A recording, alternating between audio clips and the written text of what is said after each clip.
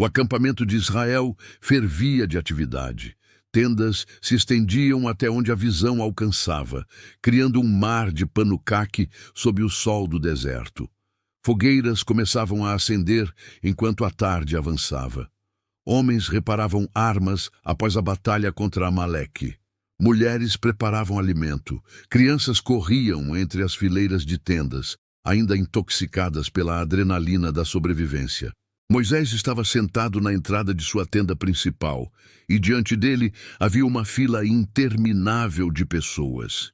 Dezenas delas, talvez centenas. Cada um com um problema, cada um com uma disputa, cada um com uma decisão que apenas ele poderia tomar. Um homem se aproximava reclamando que seu vizinho havia roubado sua corda. Uma mulher chegava dizendo que não podia alimentar sua família com a quantidade de maná distribuída. Um ancião interrogava se era correto casar sua filha com um homem de outra tribo. Outro reclamava sobre a distribuição desigual de água nos poços. Moisés ouvia tudo, resolvia tudo, julgava tudo. Seu rosto estava exaurido. Não era a exaustão de um dia, era a exaustão de semanas. Seus olhos estavam vermelhos. Suas mãos tremiam levemente enquanto escrevia as decisões em tabuletas de argila. Seus ombros estavam curvados como se carregasse o peso não de uma multidão, mas de civilização inteira sobre seus ombros. Josué observava de longe, preocupado. Arão estava ao lado dele, igualmente perturbado. Ele não pode continuar assim, Arão sussurrou para Josué. Ninguém pode, é fisicamente impossível. Josué apenas assentiu, vendo Moisés receber outra pessoa, ouvir outra reclamação, pronunciar outra sentença. Então, no meio da tarde, uma comoção ecoou através do acampamento. Guardas correram para a frente, soldados tomaram posição, mas não foi um ataque. Foi algo diferente. Uma caravana estava chegando, camelos carregando suprimentos. Homens caminhando ao lado deles com lanças. E no centro, sentado em um camelo com a postura de um príncipe, estava um homem de cabelos grisalhos, pele queimada pelo sol, rosto marcado por décadas de deserto. Era Jetro, sacerdote de Midian, sogro de Moisés. A notícia se espalhou pelo acampamento como fogo em palha seca. Moisés se levantou imediatamente, deixando a fila de peticionários para trás. Ele desceu o camelo de Jetro, e os dois homens se abraçaram, não como parentes, mas como dois guerreiros que se encontram após uma guerra distante. Moisés, Jetro disse, seus olhos penetrantes, estudando o rosto do genro. Ouvi falar sobre tudo o que aconteceu, o faraó, o mar aberto, Amaleque. É verdade? Tudo é verdade? É verdade, respondeu Moisés, sua voz fraca. Jetro sorriu, mas havia algo nos olhos dele, uma percepção aguda, uma sabedoria que vinha de uma vida inteira no deserto. Venha, mostre-me seu povo, mostre-me tudo.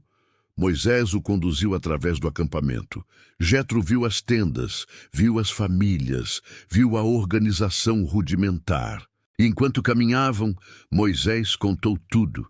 Como Deus havia libertado Israel, como havia guiado o povo através do deserto, como havia derrotado Amaleque. Jetro ouviu tudo em silêncio, seu rosto permanecendo inscrível. Naquela noite havia uma celebração. Alimento foi preparado, carne de ovelha foi assada, vinho foi compartilhado. Jetro se sentou com Moisés, Arão, Josué e os líderes dos diferentes grupos. Todos comemoravam a vinda do sacerdote, o parente do homem que havia libertado uma nação. Mas Jetro não estava celebrando. Seus olhos estavam observando. Observando como as pessoas se comportavam. Observando como elas interagiam com Moisés. Observando a estrutura do acampamento. Quando a noite avançou e os outros começaram a se retirar, Jetro pediu para ficar sozinho com Moisés. Os dois homens se sentaram sob as estrelas do deserto, cercados apenas pela vastidão infinita acima deles. Moisés, começou Jetro, sua voz baixa, mas penetrante, Posso fazer uma pergunta como alguém que conhece você desde jovem? Qualquer pergunta, respondeu Moisés. Por que você está fazendo isso sozinho? Moisés piscou, confuso. Fazer o quê? Isso. Jetro fez um gesto abrangente em direção ao acampamento. Julgar cada pessoa, resolver cada disputa, tomar cada decisão. Ouvi dizer que você senta desde o amanhecer até o pôr do sol, recebendo pessoas. É isso verdade? Moisés hesitou. Eles vêm até mim porque confiam em mim, porque Deus me escolheu para guiá-los. Sim, concordou Jetro, mas Deus te escolheu para guiá-los, não para ser escravo deles. O silêncio caiu entre os dois homens como uma pedra em um poço profundo. Jetro continuou. Veja, Moisés, você é como um pastor que tenta ser cada ovelha do rebanho ao mesmo tempo. Você carrega o peso que deveria estar sendo distribuído e você está quebrando. Mas como posso confiar em outros para fazer isso? Perguntou Moisés, e havia uma vulnerabilidade em sua voz que poucos haviam ouvido. Como posso deixar outros julgarem se não tenho certeza de que farão corretamente? Jetro respirou fundo, olhando para as estrelas, como se procurasse a resposta ali. Ouça-me, disse Jetro finalmente. Procure entre o povo homens capazes, homens que temem ao Senhor, homens que amam a verdade, homens que odeiam a ganância. Separe-os. Escolha aqueles que compreendem o deserto, que entendem a justiça, que têm coragem. Coloque-os sobre o povo como líderes. Como? Perguntou Moisés. Organize-os, disse Jetro, seus olhos brilhando com a visão. Uns sobre milhares, outros sobre centenas, outros sobre 50, outros sobre 10. Permita que os pequenos resolvam os problemas pequenos. Permita que os maiores resolvam os problemas maiores. E você, Moisés, você se manterá elevado, você guiará.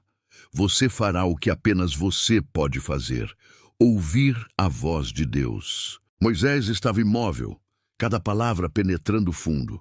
Se você faz isso, continuou Jetro, você suportará a carga, e todo este povo chegará ao seu lugar em paz. O amanhecer chegou com uma clareza que não havia existido antes. Moisés passou a noite acordado, não por insônia, mas por revelação. Cada palavra de Jetro havia ressoado em sua mente como um sino ecoando através de um vale escuro. Ele reuniu Arão, Josué e os anciãos principais do povo, ainda quando a noite ainda tinha seus dedos no horizonte. Vou fazer mudanças, anunciou Moisés, sua voz carregando uma autoridade renovada. O caminho que temos sido não é sustentável, não é apenas, não é sábio. Ele explicou o conselho de Jetro com clareza e propósito. Os anciãos ouviram em silêncio, compreendendo gradualmente o gênio da estrutura que estava sendo proposta. Nos próximos dias, continuou Moisés, procurem entre o povo, procurem por homens, homens que tenham coragem, homens que entendam justiça, homens que temam verdadeiramente ao Senhor. Tragam-os a mim. O processo começou imediatamente. Homens foram examinados, seus caracteres foram avaliados, suas capacidades foram testadas. Gradualmente, começaram a emergir aqueles que tinham o que era necessário. Homens que não eram necessariamente os mais fortes, mas os mais sábios. Homens que não eram os mais ricos, mas os mais justos. Homens que não eram os mais eloquentes, mas os mais confiáveis. Moisés os organizou em uma estrutura de pirâmide. No topo, os principais juízes, aqueles que presidiriam sobre milhares de pessoas. Abaixo deles, outros que presidiriam sobre centenas. Depois, aqueles que presidiriam sobre 50. E na base, aqueles que presidiriam sobre 10. Foi uma transformação. Quando Jetro observava isso acontecer, seus olhos grisalhos brilhavam com satisfação.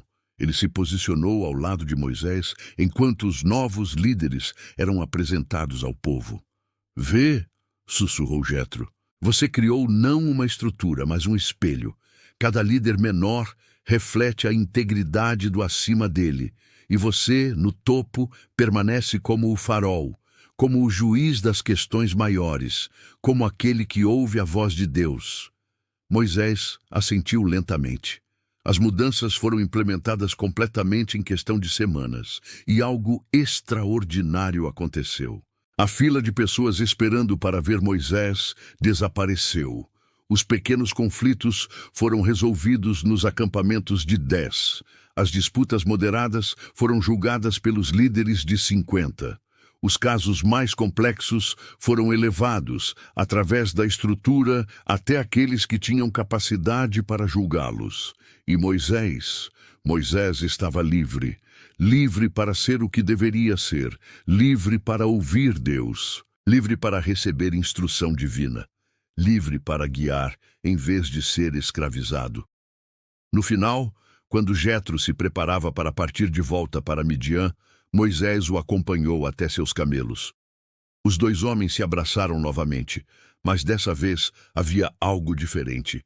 Não era um abraço de parentes, era um abraço de dois líderes que entendem o peso da responsabilidade.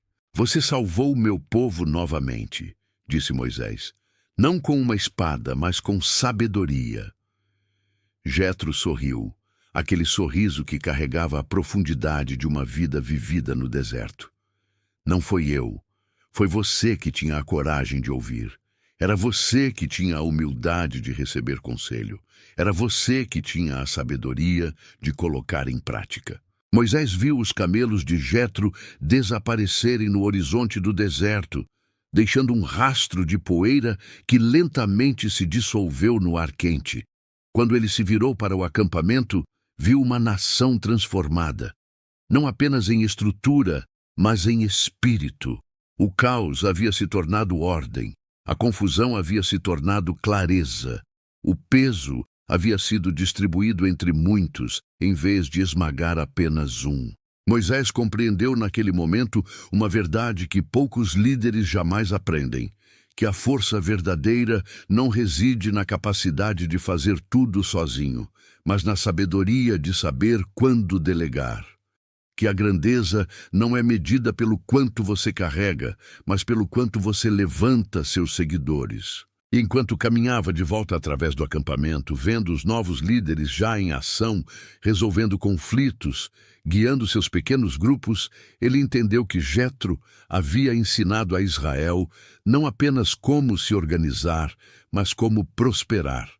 A primeira estrutura de governo do povo de Deus havia nascido não de uma revolução, mas de uma conversa sob as estrelas do deserto entre um homem cansado e um ancião sábio, que sabia que às vezes a maior força é saber quando pedir ajuda.